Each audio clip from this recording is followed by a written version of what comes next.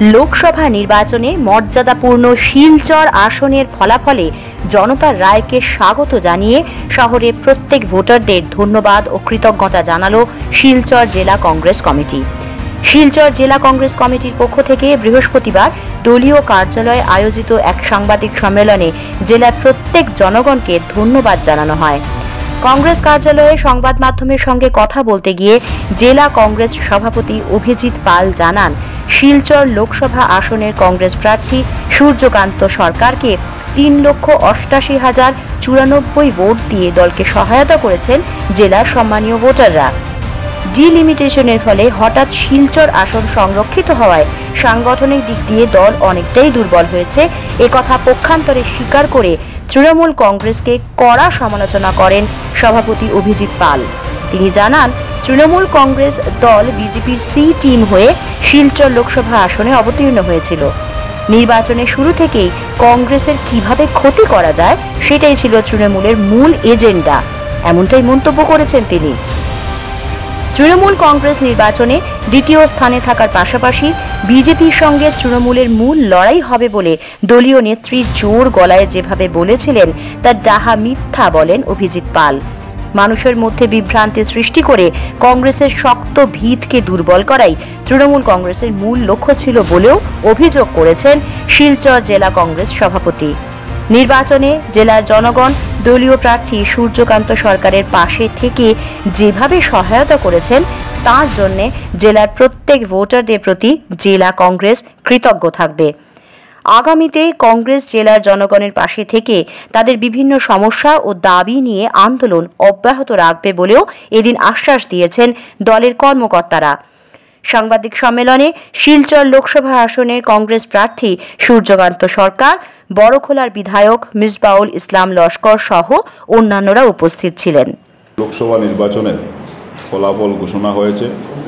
জনতার যে রায় দিয়েছেন কংগ্রেস দল এবং দলের সভাপতি হিসাবে, সেই জনতার রায়কে আমরা মাথা পেতে নিয়েছি।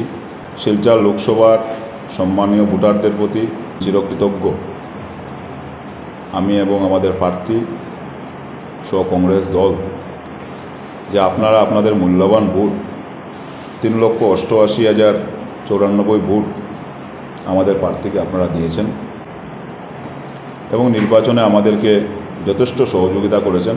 ডিলিমিটেশনের ফলে আমরা আমাদের যে ভোটার, বিশেষ করে আমাদের কাটিগড়া অঞ্চলের ভোটার চলে গেছে করিমগঞ্জ সমষ্টিতে, এবং করিমগঞ্জ থেকে এবং হাইলাকান্দির থেকে প্রায় 80,000 ভোট এসে আমাদের শিলচর লোকসভার অন্তর্ভুক্ত হয়েছে। হঠাৎ করে একটা পরিবর্তনের ফলে আমাদের যে সাংগঠনিক যে আমাদের যে ইয়েটা থাকে, সেই জায়গাতে আমরা অনেক জায়গাতে আমরা অনেকটা দুর্বল হয়েছি। বিশেষ করে ইন্ডিয়া অ্যালায়েন্সের পার্টনার তৃণমূল কংগ্রেস শিলচরে ব্যতিক্রম মনোভাব নিয়ে আমরা এটা নির্বাচনের শুরু থেকেই বিশেষ করে আমি বলে আসছিলাম যে এখানে শিলচরে বিজেপির সি টিম হয়ে ওনারা নির্বাচনে অবতীর্ণ হয়েছেন। ওনারা নির্বাচনের সময় কিভাবে কংগ্রেস দলের ক্ষতি করা যায়, আপনারা দেখবেন ওনারা যে সর্বমোট 20,000 ভোট পেয়েছেন, কিন্তু সেই দলের যে নেত্রী বড় বড় কথা বলেছিলেন যে ওনারাই দ্বিতীয় স্থানে থাকবেন, ওনাদের মূল লড়াই বিজেপির সাথে, সেটা আজকে জল জল পল পল পরিষ্কার হয়ে গেছে। ওনারা মানুষকে বিভ্রান্ত সৃষ্টি করে কংগ্রেসের যেসব জায়গা, কংগ্রেসের যেখানে সংগঠন শক্ত সেই সব জায়গাতে কীভাবে সংগঠনকে দুর্বল করা যায়, সেই সব জায়গাতে কীভাবে কংগ্রেসের ভোট টানা যায়, এটাই ছিল ওনাদের নির্বাচনের প্রথম লক্ষ্য। তাতে অনেক জনসাধারণ বিভ্রান্ত হয়ে যে তৃণমূল কংগ্রেস এবং কংগ্রেসের মধ্যে ভোট ভাগাভাগি হয়ে যাবে, বিজেপি এমনিতে জিতে যাবে, সেই জায়গাতে অনেক ভোট কংগ্রেস থেকে ডাইভার্ট হয়ে সোজাসুজি বিজেপিতে চলে গেছে। সেই যদি আমরা যদি প্রাথমিকভাবে যদি আমরা সেটাকে যদি পর্যালোচনা করি তাহলে সেটাও একটা দায়ী। আরেকটা দুর্ভাগ্য ছিল যে আমাদের নির্বাচনটা দ্বিতীয় দফায় ছিল। ভারতবর্ষের রাজনীতি যদি আপনারা দেখেন, তৃতীয় দফা যাওয়ার পর আস্তে আস্তে আস্তে আস্তে মানুষের পরিবর্তন এসেছিল। বিরোধী পক্ষ যে জিনিসটা জনসাধারণের সামনে তুলে ধরেছিল সেটা মানুষ বুঝতে ভারতবর্ষের জনগণ বুঝতেও 2টা দফা 3টা দফায় নির্বাচন প্রায় শেষ হয়ে গিয়েছিল। পরবর্তীতে যে 4 দফা নির্বাচন হয়েছে, 4, 5, 6, 7, সেই 4টা দফাতে বিরোধী পক্ষের খুব ভালো ফলাফল হয়েছে। আমরা ইতিমধ্যে আমি প্রদেশ নেতৃত্বকেও এবং হাইকমান্ডকেও জানিয়েছি, কেন্দ্রীয় নেতৃত্বকেও, যে সেই ব্যাপারে পর্যালোচনা সভাও হবে এবং এই হারার আমি দলের সেনাপতি হিসাবে সেই দায়ভারটা আমি আমার কাঁধে নিয়েই আমি আমার কেন্দ্রীয় নেতৃত্ব এবং প্রদেশ নেতৃত্বকে আমি জানিয়েছি এবং দল আমাকে যেটা দায়িত্ব দেবেন বা যে আদেশ দেবেন সেই আদেশ আমি মাথা পেতে নেব। আমি সর্বপ্রথমেই আমি অন্তরের অন্তঃস্থল থেকে কৃতজ্ঞতার সাথে আমি ধন্যবাদ এবং নমস্কার জানাই শিলচর লোকসভা এলাকার সমস্ত ভোটারদের।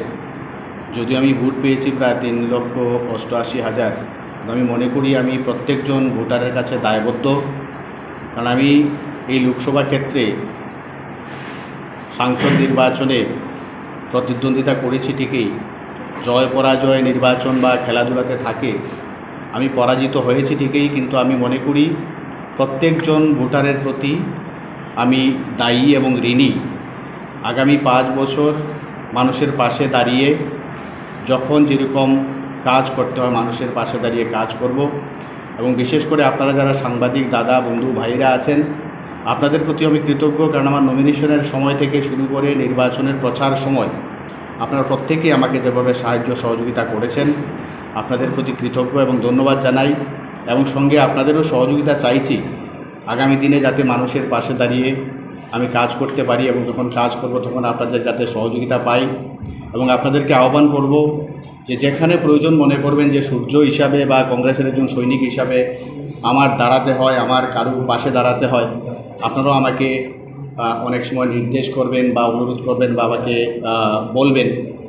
আর বিশেষ করে দেখুন এইবারের নির্বাচনে যদিও আমার সভাপতি বলেছেন যে হারার দায়ভার সভাপতি নিজের উপর নিয়েছেন, কিন্তু আমি দেখেছি একটা এরকম জাতীয় স্তরের নির্বাচন, বিশেষ করে লোকসভা নির্বাচনে প্রচার একটা ফ্যাক্টর। যে এইবার আমরা এই শিলচর লোকসভা বিশেষ করে আমার তৃণমূল স্তরের কংগ্রেস কর্মী থেকে শুরু করে ব্লক স্তর জেলা স্তরের প্রত্যেকজন কর্মী যেভাবে আন্তরিকতার সাথে দিনরাত পরিশ্রম করে কাজ করেছেন, আমি মনে করি যে আমরা এই পরিশ্রমের ফলে আমাদের বিরোধী দল আপনারা দেখেছেন বর্তমান মুখ্যমন্ত্রী প্রায় 4-5 বার শিলচরে অবস্থান করে যেভাবে প্রচার কার্য চালিয়েছেন, ওনাদের কেন্দ্রীয় গৃহমন্ত্রী এসেছেন, কেন্দ্রমন্ত্রী সর্বানন্দ সোনোয়ালজি এসছেন, মানে বড় বড় নেতাদের এগেইনস্টে আমরা যেভাবে গ্রাসরুট লেভেল কর্মীদেরকে দিয়ে লড়াই করেছি, আমি এতে অত্যন্ত খুশি যে আমরা সাধারণ কর্মীদের লড়াইয়ে আজকে তাদের সাথে লড়াই করেছি।